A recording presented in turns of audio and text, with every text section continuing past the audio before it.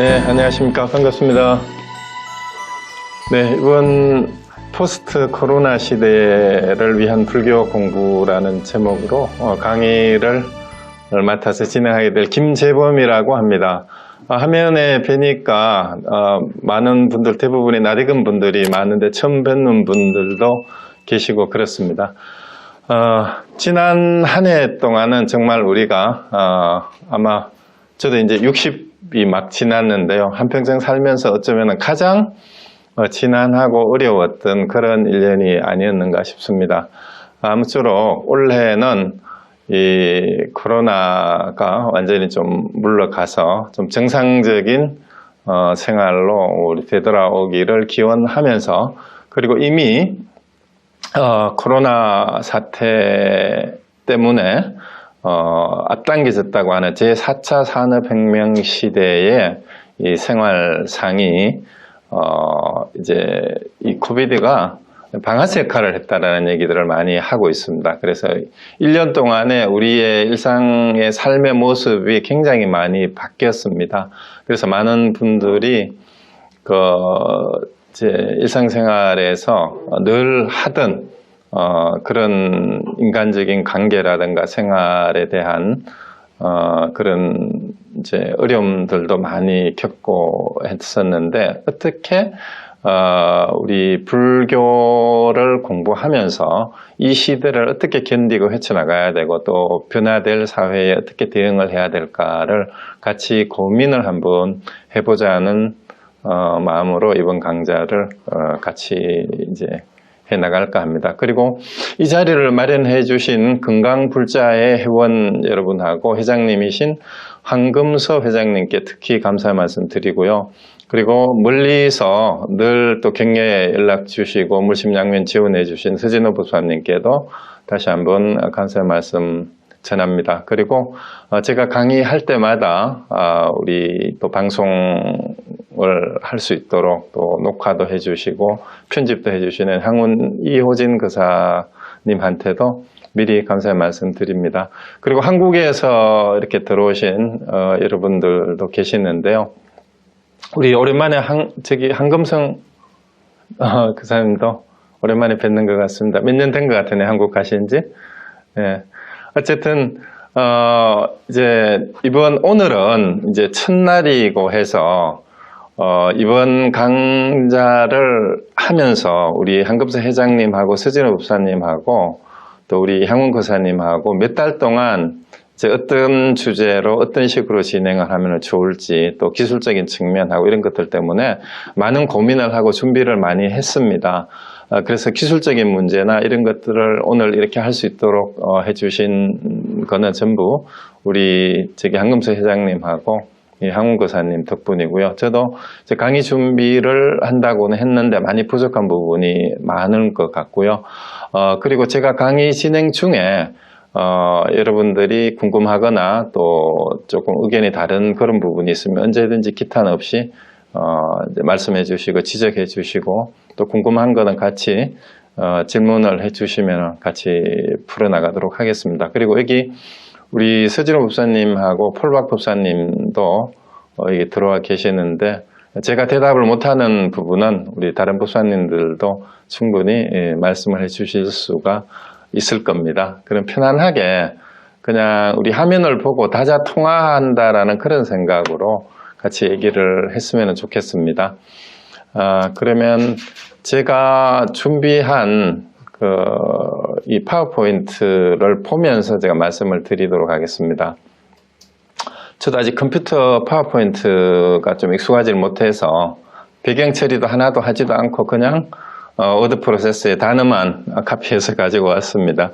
그래서 이번에 그 강의 제목을 포스트 코로나 시대를 위한 불교 공부라는 제목으로 잡아놓고 그 부제로 사회, 문화, 사화, 인문학적 관점에서 보는 불교라는 그 제목을 달아봤는데요.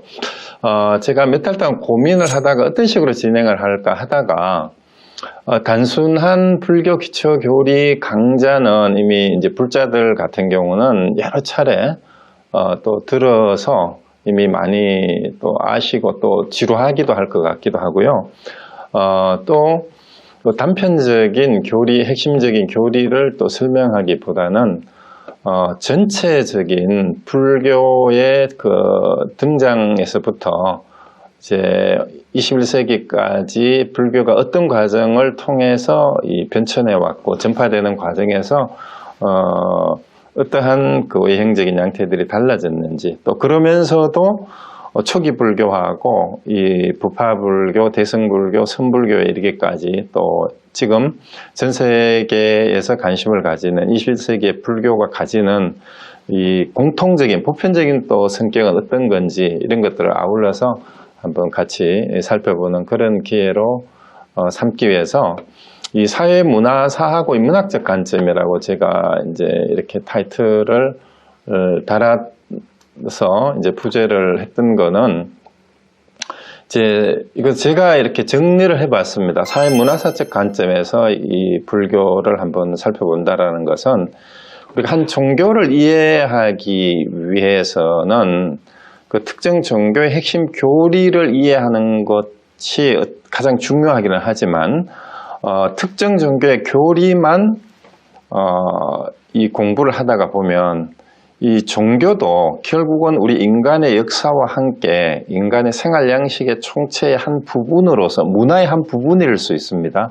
그래서 등장 배경이나 사회적인 상황 같은 것들과 연관해서 어떻게 종교가 생겨나고 또 사회적 상황에 따라서 어떻게 이 종교가 교리가 또 바뀌기도 하고 또 강조하는 점이 달라지기도 하는지, 이런 것들을 살펴보기 위해서는 이제 그 생활 양식의 총체라고 하는 문화의 한 부분으로서 종교를 전체 사회 속에서 이해하는 접근이 조금 필요하다라는 생각을 했습니다. 그리고 종교가 발생하고 또 그 시대적 사회적 상황에 따라서 바뀌는 그런 모습들을 역사적인 관점에서 한번 살펴보는 게 사회 문화사적 관점이다라고 저는 그렇게 생각을 하고 있고요.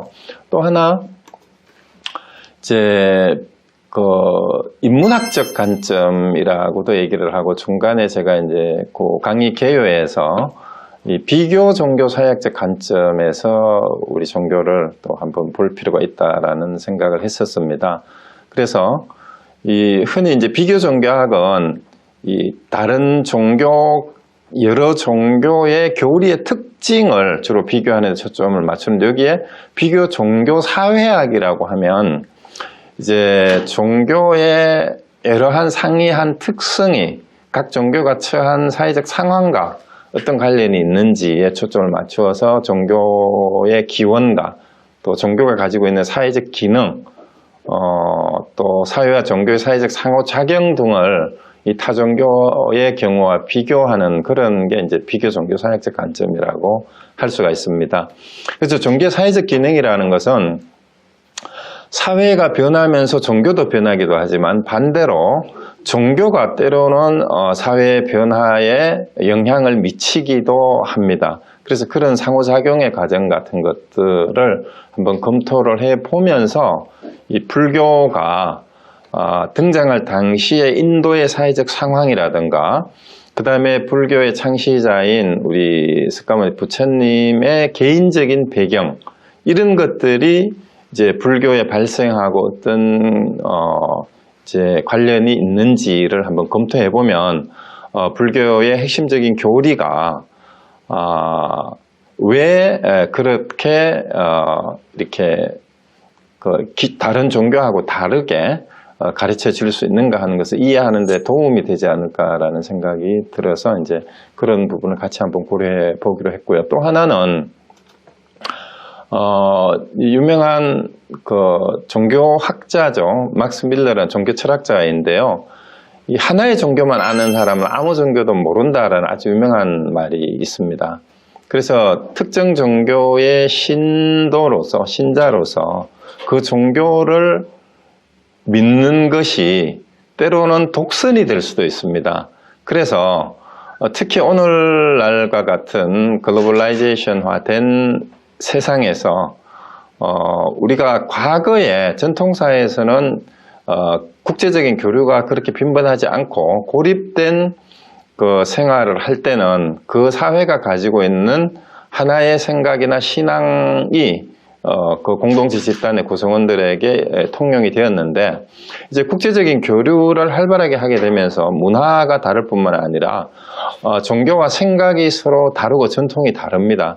그래서 자기 종교만을 고집하고 자기 종교의 기준으로 다른 종교를 판단하고 평가할 때 오히려 굉장히 잘못된 오류에 빠질 수도 있습니다. 그래서 종교 간의 갈등이 일어나기도 하고 그런 문제가 있을 수가 있죠. 그래서 자기 하나의 종교만 아는 사람은 아무 종교도 모른다라는 이 얘기는 결국은 다른 종교하고 비교를 통해서 저런 관점에서 세상을 볼 수 있고 내가 믿는다라고 하는 것이 무엇이냐 하는 것을 다시 한번 생각해 볼 수 있는 그런 이제 좋은 기회가 되기 때문에 비교 종교 사회학적 관점에서 우리 불교를 한 발짝 물러서서 다른 종교하고 비교해서 이해하는 것이 불교를 오히려 더 잘 이해하고 객관적으로 이해할 수 있고 또 다른 종교인들하고 만나서 우리 종교를 얘기할 때 더 설득력 있게 얘기할 수도 있지 않을까 하는 생각이 들었습니다. 그래서 이제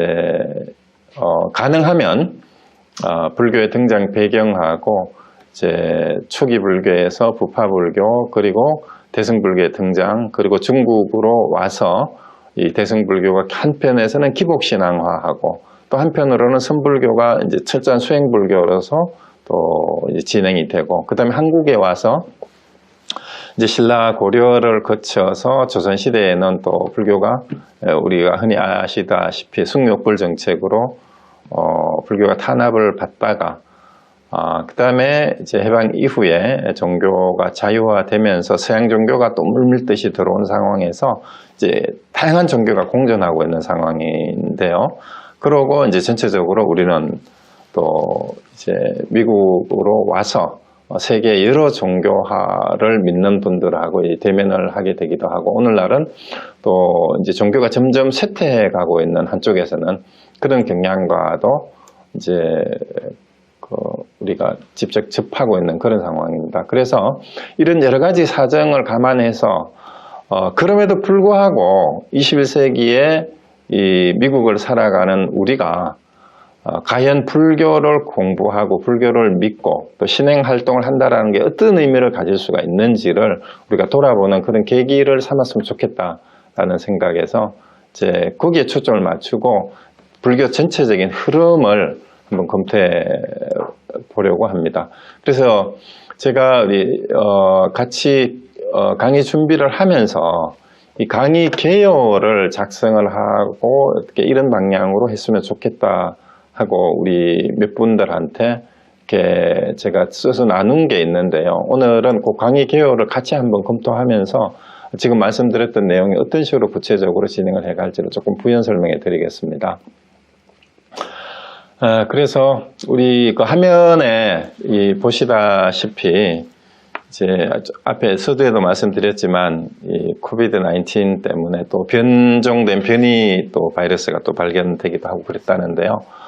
어쨌든 이 코로나 사태와 제4차 산업혁명이 가져올 대변동과 또 복잡성이 증대될 미래 사회에 우리는 어떻게 살아야 하는가 하는 게 굉장히 이제 문제가 될 수도 있어요. 그래서 최근에 1년 사이에 이 주변에 있는 접촉하는 분들 중에도 이제 비즈니스를 문을 닫게 되거나 직장을 잃게 되는 분들도 계시고 그 다음에 직장은 어떻게 유지가 되더라도 활발하게 사회 활동을 하고 사람 만나기를 좋아하는 저도 참 놀기를 좋아해서 여러 사람 만나고 그렇게 어울리는 걸 좋아했었는데 이 사람들을 만나기 힘들어지니까 이 우울증이 오는 사람들도 있고 여러 가지 이제 문제가 되는 그런 경우도 참 많다고 그럽니다. 그런데 이 코로나 사태가 오기 전에 이미 몇 년 전부터 이 제4차 산업혁명이 우리 사회생활 양태를 급격히 변화시킬 거다라는 그런 예고를 많은 미래학자들이 해왔었습니다. 그래서 결국은 이 코로나 사태 때문에 이 제4차 산업혁명이 가져올 이 여러 가지 사회의 한 측면이 앞당겨졌다 이렇게 얘기를 할 수 있는데요. 이제 그런 상황에서 지금 우리가 이 줌으로 이렇게 미팅을 하고 강의를 할 수 있는 것도 이제 사실은 코로나 사태 때문에 이런 문제가 생겼지만 어쩌면은 이 4차 산업혁명이 가져올 미래 사회의 중요한 변화가 이런 식으로 우리 일상으로 이제 되어 버렸습니다. 그래서 그리고 당장 오프라인에서 우리가 만나서 공부를 할 때는 이 지역에 있는 사람들만 만나서 같이 공부를 할 수 있었는데 어쩌면은 더 좋은 점은 지금 한국에서 접속하신 분도 있고 동부에서 접속하신 분도 있고 그다음에 각자 댁에 계시면서 또 어떤 분은 운전 중에 휴대폰으로도 접속을 해서 지금 이 강의를 듣는 분도 계십니다. 그래서 이 점이 결국은 우리가 흔히 말하는 4차 산업혁명이 가지고 온 이 생활의 결과라고 할 수 있습니다. 그래서 이런 이제 시대적인 상황에서 불교가 과연 어떤 해법을 어떻게 살아야 하는데 대한 대답을 불교가 제시해 줄 수 있겠는가라는 거예요.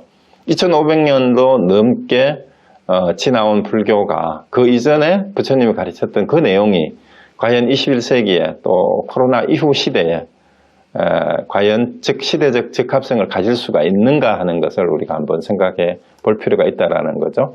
그래서 이제 방금 말씀드린 내용이 이제 요 내용이에요. 최근에 트렌드가 흔히 하는 말로 언택트가 일상화되면서 온택트가 또 일상화되었어요. 그러니까 비대면과 온택트가 이제 온라인을 통해서 컨택하는, 접촉을 하는 게 일상화된 게 벌써 1년을 지나면서 우리가 이렇게 줌으로 이렇게 얘기를 하는 게 이게 그냥 일상생활이 되어버렸습니다. 그리고 여러 가지 재택근무라든가 이런 것들이 이제 일상화되고 어쩌면은 코로나 사태가 종식이 되더라도 재택근무라든가 이 온라인을 통해서 이루어지는 이런 관계, 그 다음에 온라인 비즈니스는 더 성장할 가능성이 많죠. 또 그러고 또 한편으로는 이 와중에 또 여러 가지 기후나 생태 위기도 증가하고 있는 그런 상황이고요.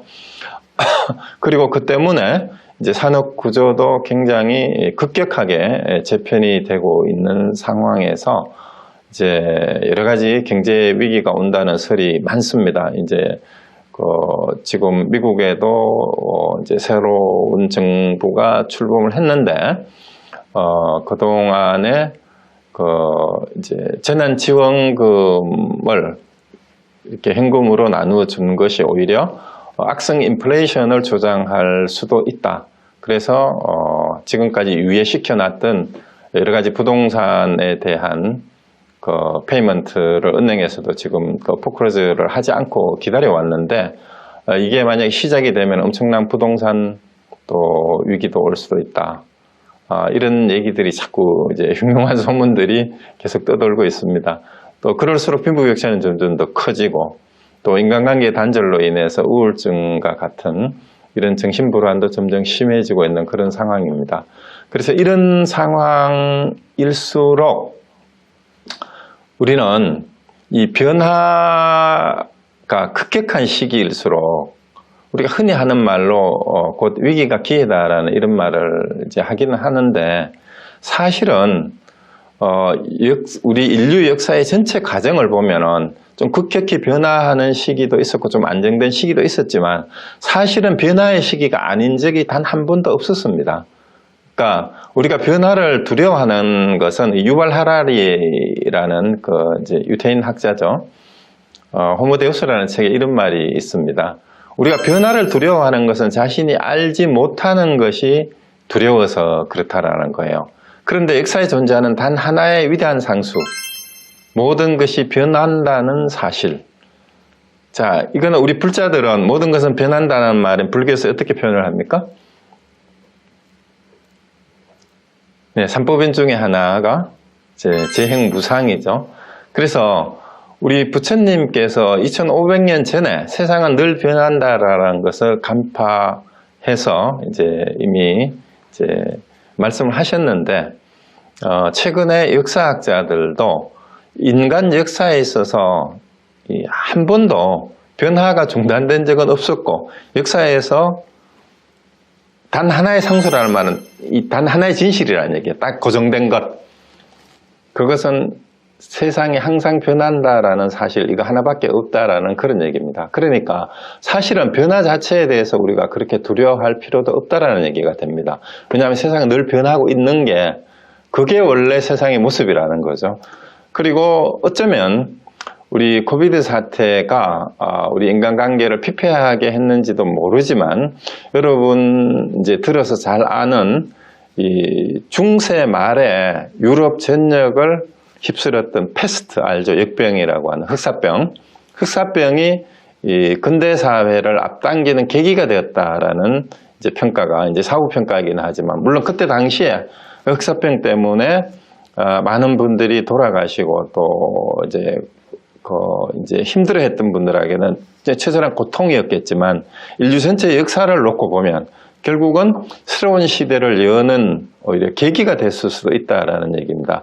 그래서 그와 비슷하게 이 코로나 사태가 어쩌면은 새로운 세상을 향한 그러한 이제 징후일 수도 있다라는 그런 말씀을 드릴 수가 있습니다. 그래서 이제 그렇기 때문에 이 변화의 과정에 대한 두려움을 없애고 냉정하게 이 변화하는 세상을 우리가 살펴본다면 우리가 흔히 말하는 위기가 곧 기회가 될 수도 있다라는 그런 얘기입니다. 그래서 위기라는 말의 서양 단어도 이 그리스에서 나온 크리시스가 사실 분리하다, 구분하다, 전환점이라는 뜻이 있다고 그럽니다. 결국은 이 큰 위기가 왔다라는 것은 새로운 시대를 향한, 새로운 생활을 향한 전환점이 될 수도 있다는 점에서 정말 기회일 수도 있다는 생각이 듭니다.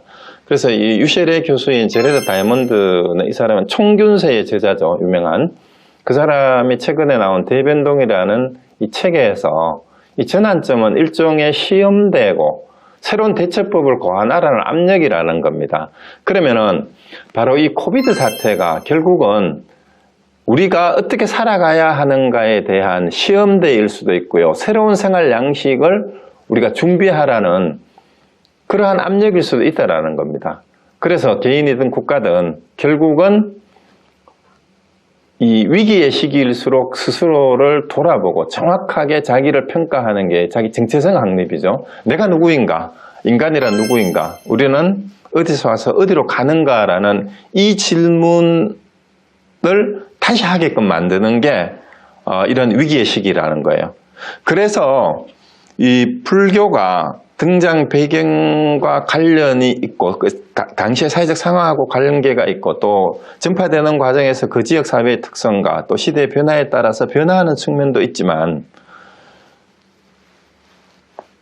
이 역사적인 변화하고 관계없이 우리 인간이 우리 스스로 자의식을 가지면서부터 지금까지 변화하지 않는 질문들이 있습니다. 그게 바로 나는 누구인가? 우리는 어디서 와서 어디로 가는가 하는 이 질문들은 어쩌면은 궁극적이고 근원적인 질문입니다.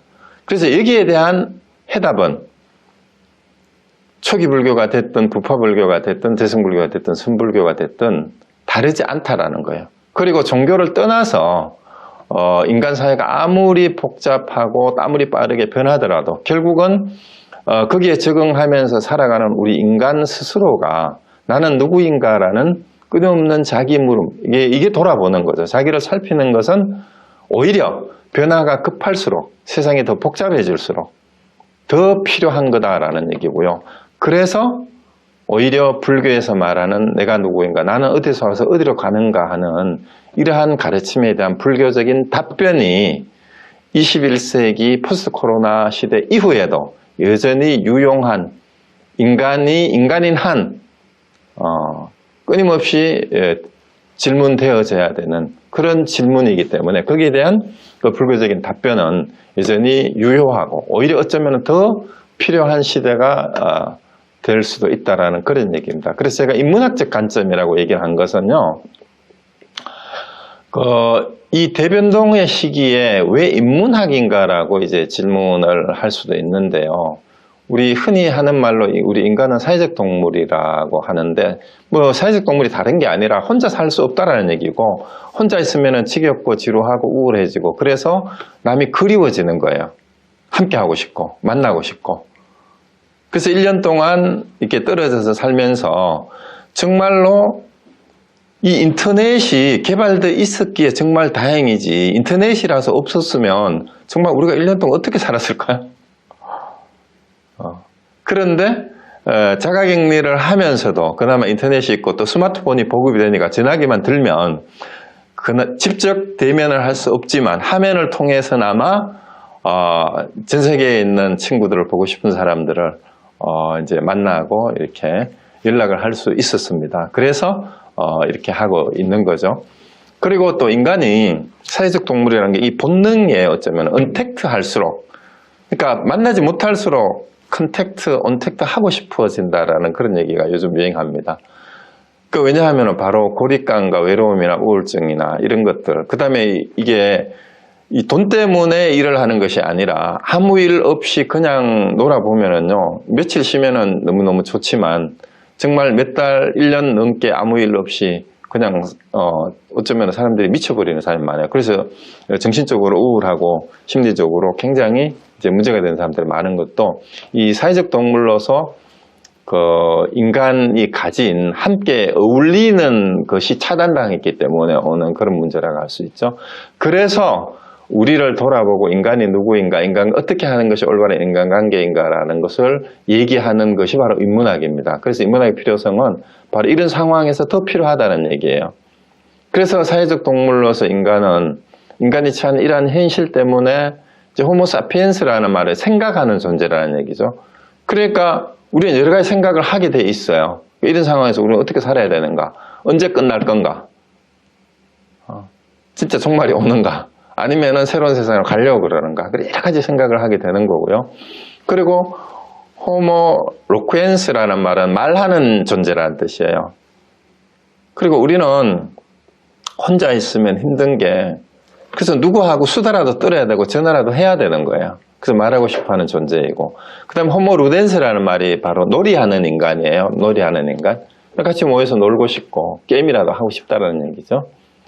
그리고 호모섹스쿠스는 서로 교감하고 싶어하는 것도 인간의 본능적인 그러한 이제 속성 가운데 하나예요.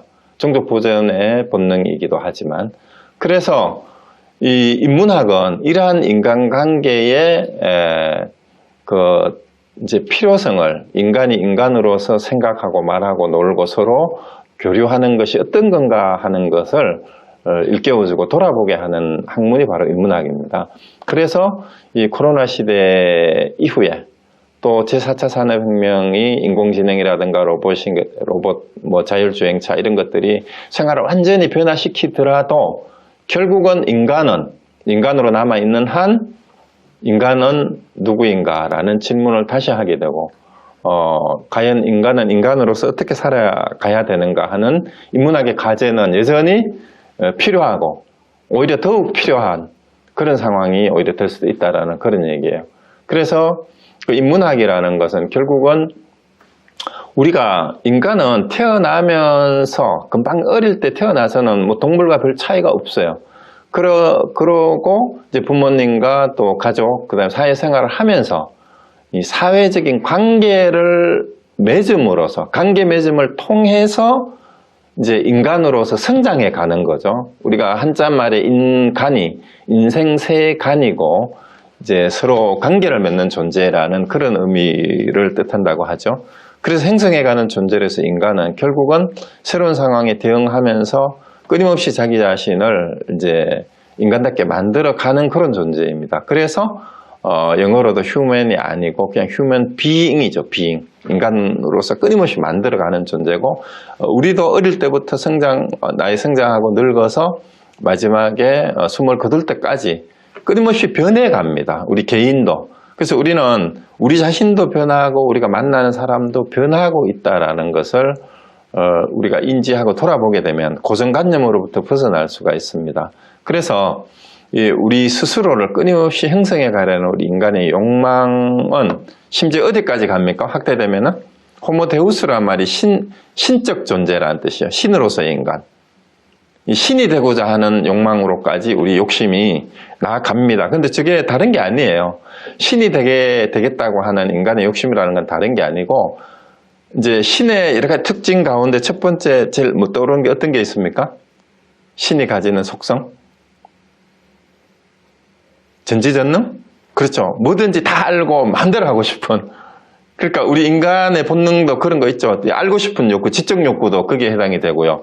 그 다음에 권력이든 뭐 경제력이든 내가 최고가 돼가지고 내 마음대로 막 휘둘르고 싶은 욕망, 그런 욕망도 어쩌면 신이 되고 싶은 욕망하고 관계가 되고요. 또 하나가 있죠. 전지전능한 거 말고 또 뭐예요? 신이 인간하고 대비되는 속성 가운데 하나가 죽지 않고 영원히 살고 싶은 거. 영생하고 싶잖아요.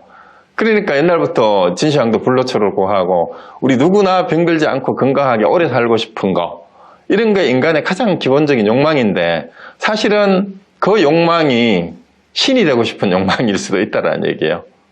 왜냐면은 우리 불교에도 신통력, 구족 신통력이라 그러잖아요. 부처님만이 가지고 있다는 모든 신통력을 갖추고 싶은 것도 어쩌면 신이 되고 싶어하는 호모 데우스로서의 인간의 한 측면인지도 모릅니다. 그래서 이런 것이 꼭 나쁜 것이 아니라 위에서 우리가 봤던 것처럼 인간이 가지고 있는 생각하는 존재로서 말하는 존재, 또 노래하는 인간, 교감하는 인간, 그 다음에 신이 되고 싶어하는 이런 인간이 가진 이런 다양한 측면들이 우리 안에 내재해 있습니다. 그래서 우리는 보다 더 행복하게 살려고 하고, 보다 더 편안하게 살려고 하고, 보다 더 이제 좋은 삶을 살려고 하는 거죠. 그래서 이러한 이제 인간의 기본적인 욕망이 이 사회적 상황에 따라서 어떻게 발현이 되고 또 그 관계에 따라서 어떻게 그것이 완전히 이 생활 양식을 바꿔 놓기도 하는가, 이것을 염두에 두고 이제 불교가 처음 등장했던 인도 사회와 그리고 불교가 전파되는 과정에서 오늘날 우리가 또 다른 종교와 함께 이 불교를 이해하면서 이제 포스트 코로나 시대에 4차 산업혁명 시대에 변화될 사회적 상황에서 어떻게 살아야 하는가라는 그 질문에 대한 그 답변이, 불교적 답변이 과연 이 시기에도 유용한가? 또 그렇다면은 또 그 내용은 구체적으로 어떤 건가? 이렇게 이제 크게 질문을, 문제 제기를 해놓고 불교의 역사와 불교의 기본적인 핵심적인 교리들을 하나하나 검토해 나가다가 보면 이 불교 공부가 단순히 이제 불교 신자가 교리를 이해해야 되는 수준을 넘어서 불교를 신앙으로서 믿든 혹은 철학으로서 받아들이든 아니면 교양으로 받아들이든 21세기를 살아가는 우리 한 인간으로서 삶의 지침이 되는 교훈을 불교에서 충분히 찾아낼 수도 있다라는 생각이 들고요. 또 거기에서 더 나아가서 단순히 불교는 지혜의 종교일 뿐만이 아니라 또 한편으로는 수행의 종교이기도 합니다. 그래서 깨달음의 종교이기도 하고 그렇죠. 그래서 이제 강의 개요로 다시 돌아가 보면, 그래서 이러한 이제 역사적인 상황 속에서, 사회적인 상황 속에서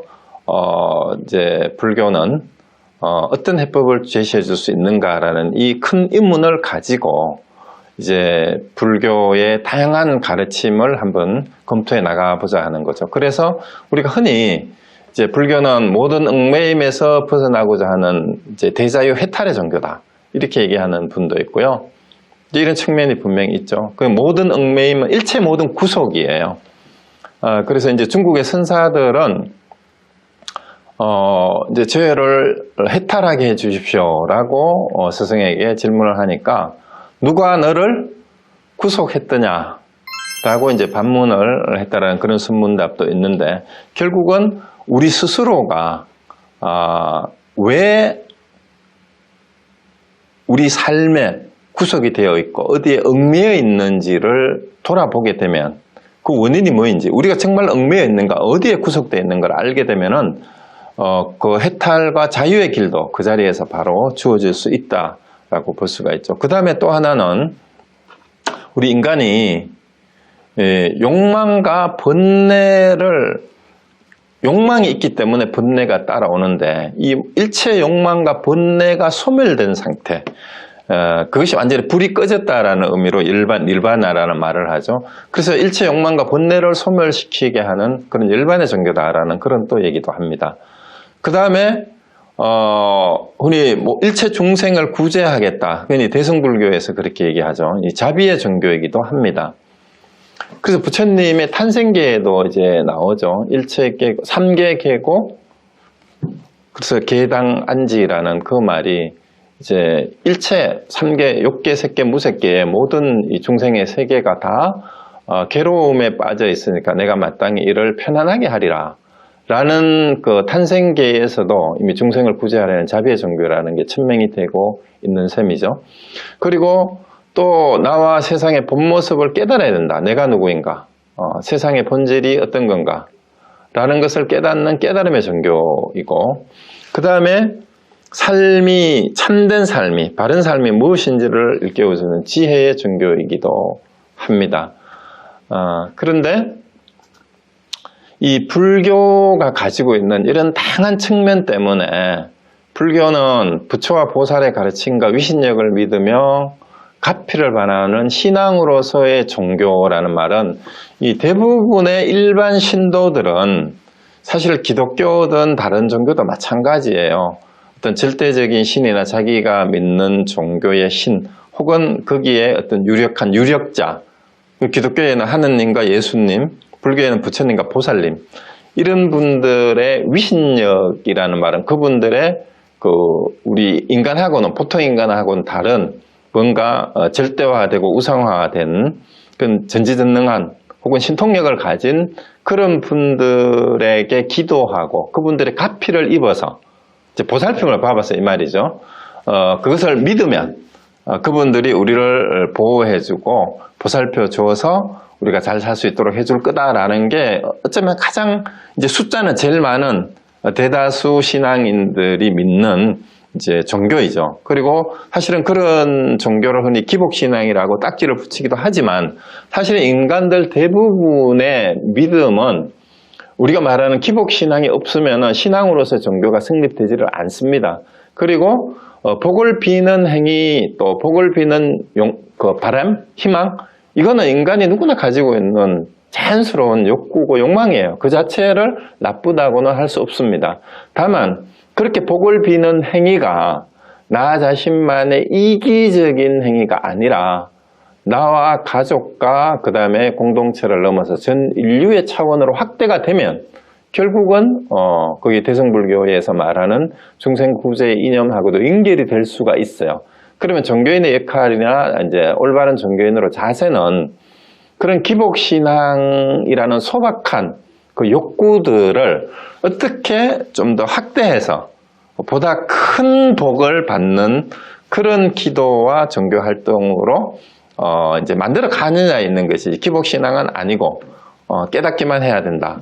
이런 것들도 어쩌면은 인간이 가지고 있는 기본적인 욕구나 인간 생활의 그 문화로서의 종교의 한 측면을 무시하는 것이 되니까 그런 것들도 이해할 수 있어야 되고 또 그 속에서 우리가 살아가는 이제 나와 관계를 맺고 있는 주변 사람들이 이제 아주 기복적인 이기적인 기복신앙에서 벗어나서 좀 더 넓게 세상을 바라보게 할 수 있는 것도 우리의 역할인데 그러한 역할을 제대로 하려면은 그러한 사람들이 가지고 있는 그 기본적인 욕구와 심리 상태를 이해를 해야 된다라는 거죠. 그래서 사회적 상황도 이해를 해야 되고 개인이 처한 상황도 이해를 할 때 이제 참 종교인으로서 또 더불어 살아가는 존재로서의 우리 인간이 더욱 가치로운 인간으로서 우리 스스로도 우리를 더 크게 형성해 갈 수가 있다라는 말씀을 드리고 싶습니다. 그래서 우리가 단순히 이제 철학적인 측면, 뭐 열반과 해탈 이런 것만 추구하는 것이 아니라 이런 것들도 다 포용하고 그런 생활도 우리의 생활 양식의 하나로서 자리 잡았을 때 우리가 예의범절, 간혼 상제를 지내듯이 그런 것들도 같이 할 수 있어야 된다는 얘기입니다.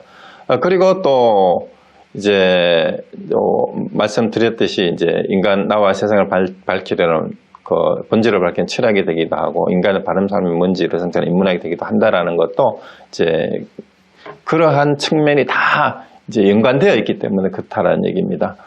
그리고 이제 신앙인으로서 불교 신자가 아닌 사람들 가운데도 불교에 관심이 굉장히 많은 분들이 많아요. 이제 다 종교, 신앙은 다른데, 특히 이제 미국 사람들은 기독교인이면서도 또 유태인들 중에는 유태교인이면서도 불교에 대해 심취하는 분들이 굉장히 많아요. 그래서 심지어 그런 신조어가 생겨날 정도로 유태불교라는 그런 말도 생기고 할 정도로 이제 종교를 바꾸지 않고도 불교에 관심을 가진 분들에서 굉장히 많이 늘어나고 있습니다. 그래서 아마 이러한 복잡한 불교의 특성 때문에 이 철학이냐 종교냐 이렇게 묻는 사람도 있어요. 그래서 이제 불교의 강자는 어쩌면 이제 흔히 이제 기독교나 이제 이슬람교나 다른 종교하고 비교를 해보면 교리가 아주 어떻게 보면은 이 통일돼 있어요. 그래서 이제 특히 이제 기독교하고 이제 비교를 해보면 교회는 가면 교회 나름대로 새로운 신자들을 교육시키는 이 교육 과정이 딱 정형화되어 있어서 이제 그 강의를 마치면은 나름대로 이 진도가 나가는데 불교는 우리 절에를 가보면 절마다 스님들이 가르치는 게 다르고 그 다음에 불교 강좌를 들어봐도 스님이나 어떤 교수들이나 보살님들이 하는 불교 강좌도 이제 기독교하고 비교했을 때 교리가 이렇게 통일된 교리가 없이 다 이제 관점이 다른 것 같고 다른 얘기를 하는 것 같아요. 근데 그게 이제 불교가 가지고 있는 이런 특성 때문이기도 하고요. 또 다르게 인간의 삶이 복잡하기 때문에 불교는 인간 삶 전반에 대해서 그때그때 어떤 것이 보다 지혜로운 삶인가를 부처님이 그 평생을 살면서 만났던 분들에게 얘기한 것이 기록되어 있기 때문에 그렇게 우리 인간 생활의 다양한 측면이 총체적으로 그렇게 이제 담겨 있는 건지도 모릅니다. 그래서 불교가 어렵게 느껴지는 것도 그 때문일 수도 있는데 사실은 이제 제일 먼저 제기했던 어떤 관점에서 공부를 하려고 하느냐가 굉장히 중요하고 또 어떤 마음이나 어떤 목표나 목적을 가지고 불교 공부를 하느냐에 따라서 불교는 의외로 굉장히 쉬워질 수도 있습니다. 그래서 자기가 왜 불교에 관심을 가지고 있는지 하는 문제를 자기 문제하고 연결시켜야 됩니다. 내가 불교를 통해서 알고 싶은 것이 무엇인가? 내가 누구인지를 알고 싶은 것인가? 아니면은 어떻게 살아야 하는지를 알고 싶은 건가? 아니면 기도를 어떻게 하면은 어떤 복을 받을 것인가에 대한 관심이 있는 사람인가? 내가 어떤 사람인가를 먼저 돌아봐야 돼요. 그러면은 그 수준에 맞는 답을 불교에서 얻어갈 수가 있을 거예요. 그래서 내가 불교를 통해서 나는 뭘 얻고자 하고 뭘 배우려고 하는가 하는 질문을 한번 각자가 가져보시기 바랍니다. 내 삶에서 오늘 이렇게 줌으로 많은 분들이 들어오셨는데 이렇게 토요일 오후에 시간을 내어서 한국에서는 일요일 아침에 시간을 내어서 접속을 해서 이 불교 공부를 한다고 들어오는 것이 내 삶에 어떤 의미가 있을까? 나는 여기서 무엇을 얻으려고 하는가에 대해서 분명한 자기 문제를 하나 만들어 보세요. 그러면 그 문제에 대해서 답을 찾아가는 노력을 하면서 우리가 제가 얘기하는 것을 같이 한번 생각을 해보면 의외로 쉽게 답이 풀릴 수도 있어요. 그래서 이제 선사들이 우리 이제 미리 얘기를 하면은 초기 불교에서 이제 선불교까지 오면서 많은 분들이 불교인들 중에도 초기 불교가 굉장히 정통이고 더 쉽고 또 부처님은 아주 자상하게 질문을 하면 그때그때 맞게 대기설법을 이제 대기설법이란 말은 그 사람의 수준에 맞추어서 그때그때 적당한 말씀으로 아주 자비롭게 말씀을 해주셨는데 이제 중국을 거쳐 한국으로 온 이 선불교는 너무 불친절하고 도대체 무슨 말을 하는지를 모르겠다 이런 말씀을 하시는 분들도 계시는데 그래서 이번 강좌를 통해서 왜 그러면은 초기 불교에서 이제 부파불교, 대승불교를 거쳐 선불교에 와서 그렇게 됐는지 하는 걸 이해하면 오히려 선불교의 그 단 한마디의 문답이 진짜 대기설법일 수도 있고요. 또 한 번 질문 한 번 답변하는 데에 바로 그 의문을 깨트려주는 것이 될 수도 있습니다. 예를 들어서 어떤 분이 와서 어떻게 살아야 합니까? 하고 질문을 한다면 저한테 와서도 제가 그렇게 대답을 하니까 선사들 흉내낸다고 그랬는데 제가 전에도 한번 강의를 할 때 한 분이 저한테 물었어요. 사는 게 뭡니까? 그러시더라고. 그래서 제가 그분한테 그랬어요. 질문하시는 분은 안 살고 죽었습니까? 제가 이렇게 되물었어요. 그래서 이렇게 되묻는 데에서 질문한 분이 무안해질 수도 있고 무색해질 수도 있는데 그 질문에 완전히 뒤통수를 맞은 듯 아니면은 뭔가 막 와서 너무나 가슴이 두근거리는 그런 사람도 있어요. 사는 게 뭡니까? 했는데 너는 안 살고 죽었느냐? 이 반문이 사는 게 뭐냐라고 질문을 하는 거기에 대한 답이 될 수도 있습니다. 이거를 이제 부연 설명을 하면 또 이상해져요. 사는 게 뭡니까? 안 살고 죽었습니까?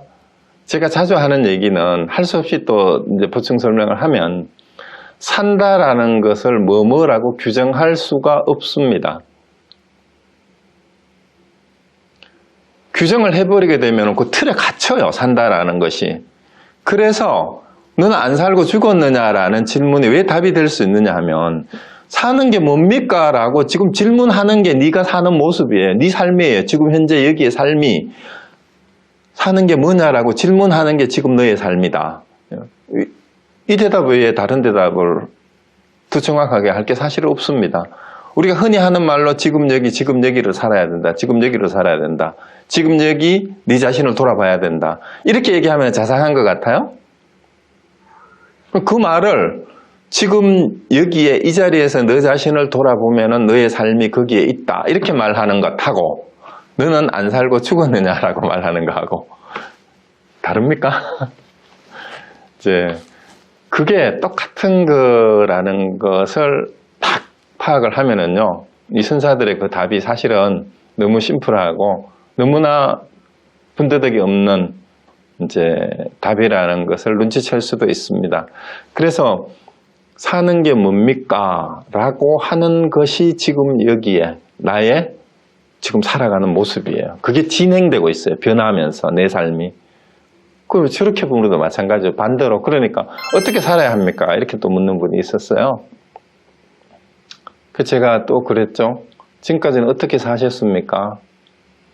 어떻게 살아야 하는 것도 정답이 없습니다. 지금까지 살아오셨듯이 또 앞으로 또 새로운 상황에 직면해서 그렇게 살아갈 거예요. 우리가 제 대중가요 중에 요즘 트로트 프로그램이 한국에서 굉장히 유행이던데 그 중에 인기 있는 노래 가운데 오늘이 가장 젊은 날, 나이야 가라 나이야 가라 그런 가사가 있던데 오늘이 가장 젊은 날이라는 말은 오늘이 누구나 여러분 모두에게 오늘은 처음 살아보는 거예요. 오늘을 살아보고 사는 사람은 없습니다. 한 사람도. 그러니까 어떻게 살아야 하는 건 아무도 답이 없어요. 다가오는 매 순간 지금까지 그렇게 살아왔어요. 우리가 의식을 못했지만 매 순간 새로운 삶을 우리는 살아왔습니다.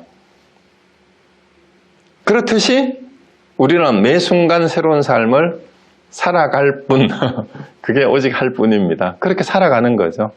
그래서 이제 불교를 너무 어렵게 생각하지 마시고 제가 어렵다고 생각하는 분들은 불교를 공부하는 자기 목표, 자기 문제의식이 분명하지 않기 때문에 그런 게 아닌가. 그럼 왜 내가 불교를 공부하는가에 대한 문제의식을 정확하게 자기 문제를 하나 만들어 보면 거기에 대해서 자기 스스로가 남이 세운 문제 말고 자기 스스로가 만든 문제를 하나 설정을 하고 그 답을 찾아가기 위해서 이 불교를 한번 공부를 해보시면 의외로 쉽게 불교에서 여러분이 찾는 답을 발견할 수가 있고요. 그건 각자가 다를 수도 있습니다. 네, 그 다음 또 한번 보겠습니다. 그래서 이번에 제가 이제 그 진행하려는 불교 강좌는요. 그래서 앞에서 말씀드렸던 이러한 사정을 염두에 두고 제 아까 말씀드린 사회문화 사적 관점과 비교 종교사역 관점에서 불교의 출현과 초기 불교, 부파 불교, 대승불교, 선불교 이렇게까지 이제 시대적 상황에 따라서 어떻게 불교 교리가 또 바뀌는지, 또 강조점이 어떻게 달라지는지를 한번 보면 뭐 위파사나가 정통이네, 가나선이 또 뛰어나네 이런 얘기를 할 필요가 없습니다. 나름대로 그때의 시대적 상황에 따라서 방편으로서 이제 그런 수행법이 제기가 된 것이고, 또 그 밑바닥에는 초기 불교에서 대승불교, 선불교 이르기까지 공통적인 불교를 불교라고 할 수 있는 핵심적인 가르침이 거기에 담겨 있습니다. 그래서 그게 보편성이죠. 그것을 놓치면 이제 어떤 것을 정통이라고 하든 더 뛰어나다고 하든 그거는 자기 독단이 될 수가 있습니다. 그래서 이제 전체적인 이제 통찰적인 관점에서 불교를 바라볼 수 있어야 된다라는 말씀 드리고요. 그 다음에 이제 그걸 이제 전개 과정을 보고 난 다음에 이제 아까 말씀드렸듯이 이제 코로나 이후 또 제4차 산업혁명 이후에 불교의 세계관이 어떤 시대적인 정합성을 가지는지 이것도 이제 볼 겁니다.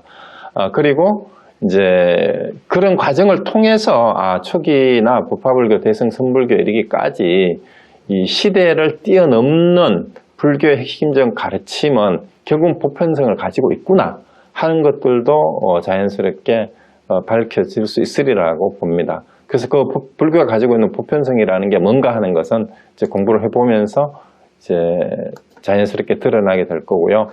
그리고 이제 아무리 세상이 바뀌고 시대가 바뀌어도 이제 불교가 가지는 보편성은 이제 이런 문제하고 관계가 있어요. 아까 말씀드렸던 인간의 궁극적이고 근원적인 질문입니다. 나는 누구이고 어디서 와서 어디로 가는가? 이 세상과 우주의 본질은 무엇인가? 진리는 무엇인가? 하는 이런 질문은 2500년 전이나 지금이나 여기에 대한 답변이 달라지지는 않습니다. 물론 이제 상대적인 것, 특수성과 보편성 얘기를 흔히 하는데, 특수성은 시대나 지역, 시간과 공간에 따라서 달라지는 상대적인 것이에요. 근데 보편성이라는 것은 시공을 넘어서 누구에게나 다 해당되는 가장 근원적이고 공통적인 그런 이제 특성이라는 얘기가 되죠. 그래서 이제 불교가 가지고 있는 보편성은 초기 불교든 이제 대승이든 이제 소승이라고 하든 이런 질문에 대한 답변이 달라진다면 그거는 불교가 될 수가 없겠죠. 그래서 불교가 가지는 보편성을 이제 잊어버리지 말고 이제 불교의 전체적인 흐름도 역사적인 과정도 같이 봐야 된다라는 얘기입니다. 그래서 이제 이것도 아까 다 말씀드렸던 내용인데요. 한번 정리하겠습니다. 세상이 급격히 변하고 위기감이 고조될수록 나와 세계의 본질에 대한 정체성 물음은 더욱더 간절해지고, 세상이 복잡해질수록 융복합적 사고라는 말은 이 세상이 서로 연관되어 있다. 우리 연기법, 불교 연기법이 이제 대표적으로 그럴 수 있죠. 그리고 서로 얽혀 있다. 혼자서 살 수 있는 게 아니다. 라는 그런 사고방식이 더 필요하다는 얘기입니다.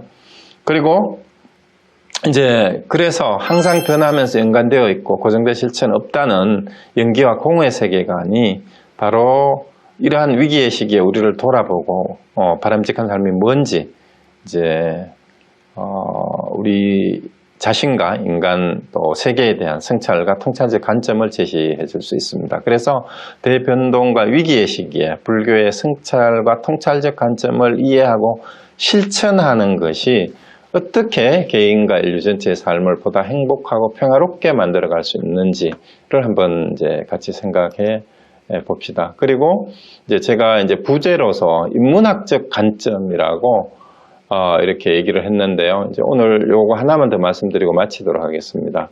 그 인문학적 관점이라고 하는 것은 우리가 흔히 인문학 하면 문사철이라는 얘기는 많이 들어보셨을 거예요.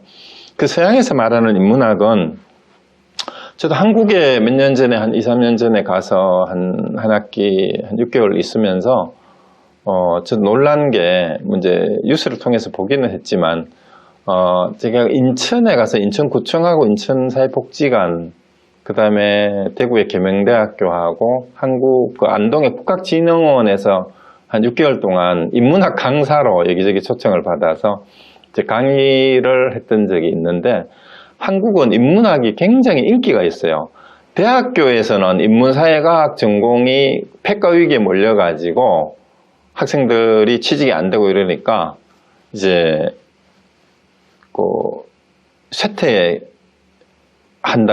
위기라고 자꾸 이렇게 얘기를 하는데, 오히려 사회에서는요, 지자체라든가 심지어는 백화점 문화센터라든가 동사무소, 구청 이런 데에서 인문학 강좌가 굉장히 다양하게 활발하게 열리고 있고 많은 수강생들이 거기서 강의를 듣고 있더라고요. 그래서 우리 한국 사람들이 정말 공부하기를 좋아하는구나라는 걸 느끼고 이제 온 적이 있었는데, 그래서 인문학이라는 것은 다른 게 아니고 바로 서양에서도 인문학이라는 말이 라틴어에서 후마니타스라는 말은 인간됨, 인간성, 또 고전 공부 이런 뜻이 인문학이라는 어원에 담겨 있다고 그럽니다. 그리고 이제 동양에서도 인문학은 인간이 되는, 사람이 되는 공부예요. 그래서 위기지학은 자기 자신을 형성시켜 간다라는, 자기 자신을 위한다라는 말이 이기적인 뜻이 아니고요. 나의 내면의 성장을 위한 공부라는 뜻이에요, 위기지학은. 그리고 그것은 다르게 말하면 성인지학이란 말은 사람으로서 형성되어 간다 그랬죠. 그래서 휴먼 비잉이 되어가는 공부가 바로 인문학일 수 있습니다. 그리고 이제 전통적으로 인문학은 꼭 들어가야 되는 세 분야라고 할 수 있죠. 그게 이제 문사철인데요. 문은 우리가 흔히 말하는 문학예술이라고 할 수 있는데, 문은 꾸민다라는 뜻이에요. 꾸민다, 가꾼다, 장식한다. 그런데 이 문이 뭐냐 하면은요, 제가 지금 말을 하는 것도 문이에요. 나를 표현하는 거잖아요. 음악하는 사람은 음악으로서 표현을 하고, 그림 그리는 사람은 그림으로서, 시인이나 소설가는 글로서 자기를 표현하고, 보통 사람들은 말로서 자기를 표현할 뿐만 아니라 뭘로 표현을 해요? 사람을 만날 때 자기를 표현하는 것이 바로 몸가짐, 옷을 입고 표정을 짓고 인사하는 것도, 이것도 다 문이에요. 이것이 자기 표현이죠. 그래서 그 사람의 자세, 표정, 옷 매무새를 보고도 그 사람의 인격을 평가하잖아요, 우리가. 말투라든가 행동 거지를 보고.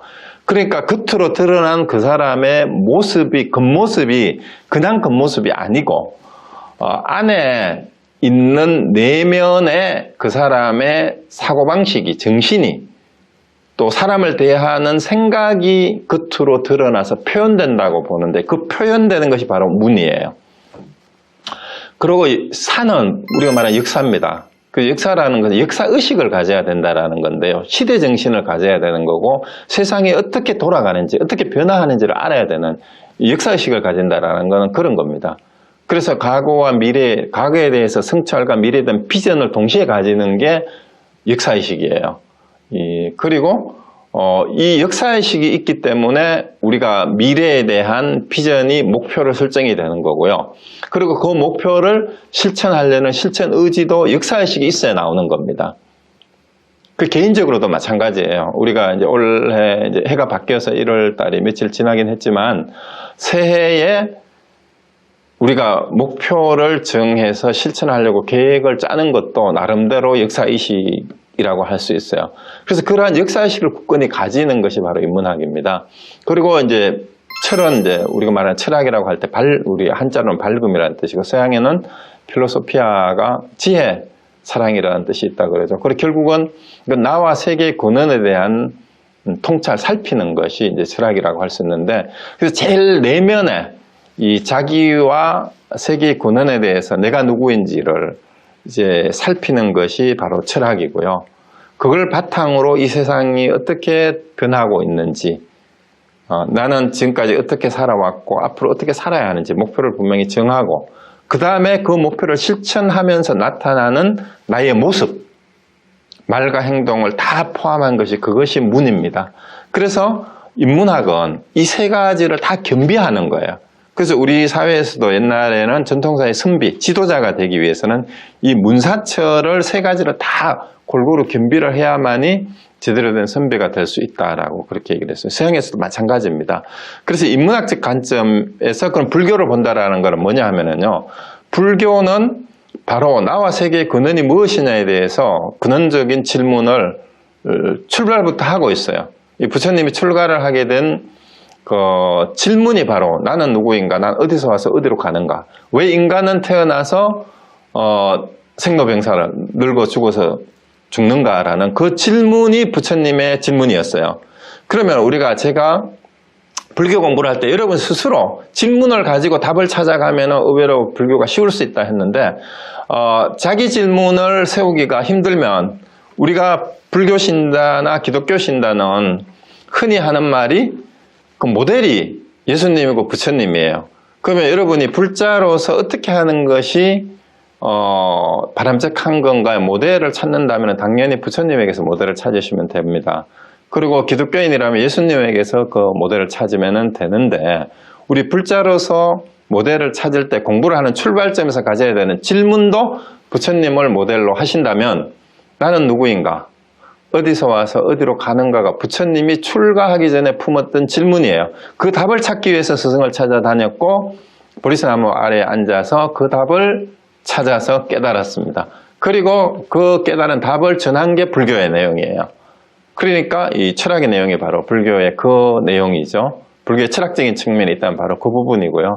그 다음에 역사의식은 세상이 변하는데 이 고정관념을 가지고 시대의 변화에 적응을 하지 못하면 안 됩니다. 그리고 앞으로 어떻게 살아야 가는가에 대한 목표도 분명히 해야 되죠. 목표의식이 없는 사람은 뭘 해도 이 제대로 성취하기가 힘이 듭니다. 그래서 성취 동기도 분명한 목표 설정은 역사의식에서 나와요. 개인적으로는 내가 지금부터 어떻게 살아야 되겠다라는 것은 역사의식하고 관계가 되는 겁니다. 그래서 여러분들이 공부를 하러 오실 때도 우리 줌 미팅에 오늘도 제가 강의 첫 시간마다 늘 하는 얘기가 있습니다. 오신 분들에게. 오늘 어떻게 여기 오셨습니까? 오늘 무슨 생각을 가지고 이 강의실에 오셨습니까? 하고 여쭤보면 이제 대부분은 불교 공부를 어떤 식으로 하겠다고 하시는데 어떤 분은 우리 금강불자에서 회장님이 연락해서 한번 들어와 보라고 해서 들어와 봤습니다. 자, 이런 분은 제가 이 차이가 있어요. 그 표만하는 게 아니고 내가 불교 공부를 하고 싶어서 온 사람은 불교의 핵심적인 거를 가지고 가지만 우리 회장님이 자꾸 들어와 보라고 해서 들어왔어요. 그러면 회장님의 요청한 것에 대해서 들어왔으니까 체면치레는 됐어요. 그럼 여러분의 그렇게 해서 설마 오신 분이 있다면 회장님이 자꾸 오라 해서 와서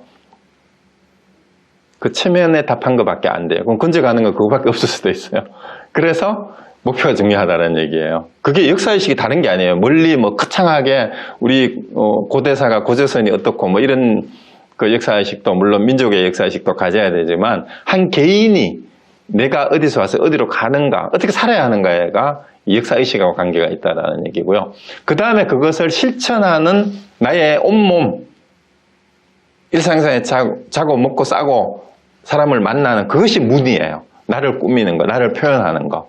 그래서 이것이 이제 불교에서는 이제 예를 들어서 근데 어떻게 말하라는 이런 게 있잖아요. 우리 계율 같은데 계율의 내용이 예를 들어서 우리 일반 신도들이 가지고 있는 5가지 이제 기본적인 계율도 결국은 이 문에 대한 절제를 이제 불사생부터 이렇게 나오잖아요. 하라는 거예요. 그게 문이에요. 행동 양식이 바로 문입니다.